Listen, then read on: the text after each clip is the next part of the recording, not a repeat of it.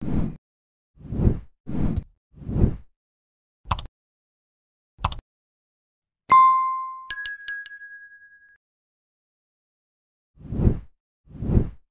description of Hostel's upcoming TV show proves that one of the most divisive horror subgenres of the 2000s could finally be over. Hostel was more than a little controversial when the 2005 horror movie originally released. The story followed three unlikable American tourists who got more than they bargained for when seeking a hedonistic trip to Eastern Europe. The film was met with complaints from residents of Slovakia and the Czech Republic, feeling their countries were demonized by Hostel since the story revealed that the titular inn allowed rich patrons to torture unfortunate victims for money. However, Hostel's negative portrayal of Slovakia wasn't the only controversial thing about director Eli Roth's movie. Hostel was heavily cut by censors in numerous countries and written off by many critics as torture porn, a divisive term used to define a certain brand of mid-00s horror movies. Hostel and its ilk were accused of providing viewers with intense gore and shock value but little in the way of artistic merit.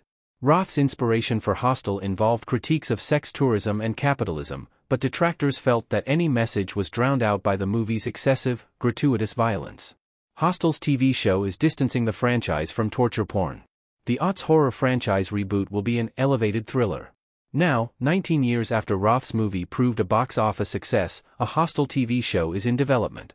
Roth is working on the series, which is set to feature Paul Giamatti in an undisclosed role.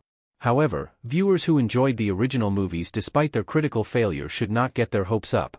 Reportedly, Hostel's TV show will be a reinvention of the franchise, a modern adaptation that is described as an elevated thriller. This terminology makes it abundantly obvious that the creators hope to steer clear of one infamous phrase associated with Hostel. The fact that even a TV spin-off of Hostel, the archetypical torture porn franchise, is being branded as an elevated thriller implies that the maligned subgenre can never come back. Even though Hostel isn't Roth's best horror movie, it was a big box office success upon release.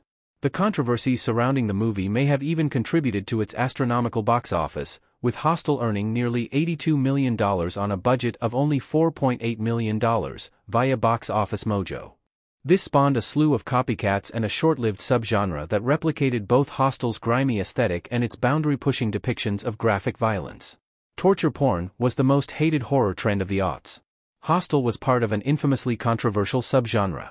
Lorna Weisenfround, played by actor Heather Matarazzo, hanging upside down in Hostel, Part 2. Considering how critically maligned most aughts horror was, the unique critical distaste for this subgenre was pretty notable. The deluge of classic horror remakes, the popularity of Anodyne, critically abhorred PG-13 horror, and the preponderance of unimaginative Japanese horror remakes never earned as much ire as Turista's, Captivity, and even Hostel's own sequels.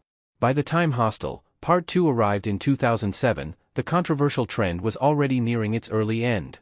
Hostel, Part 2 earned only $35 million at the box office, proving that Hostel should have been a standalone horror and that its reviled subgenre was no longer profitable.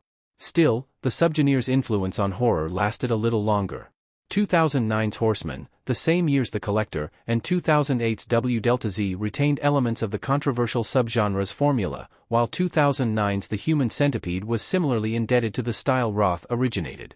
The Saw series continued to perform impressively at the box office, but its focus on police procedural elements meant that the gory serial killer thrillers usually avoided the dreaded label. Meanwhile, television benefited from the loosening of censorship norms as the medium began experimenting with more intense on-screen violence and provocative content than ever before. Why the torture porn genre of horror was so divisive?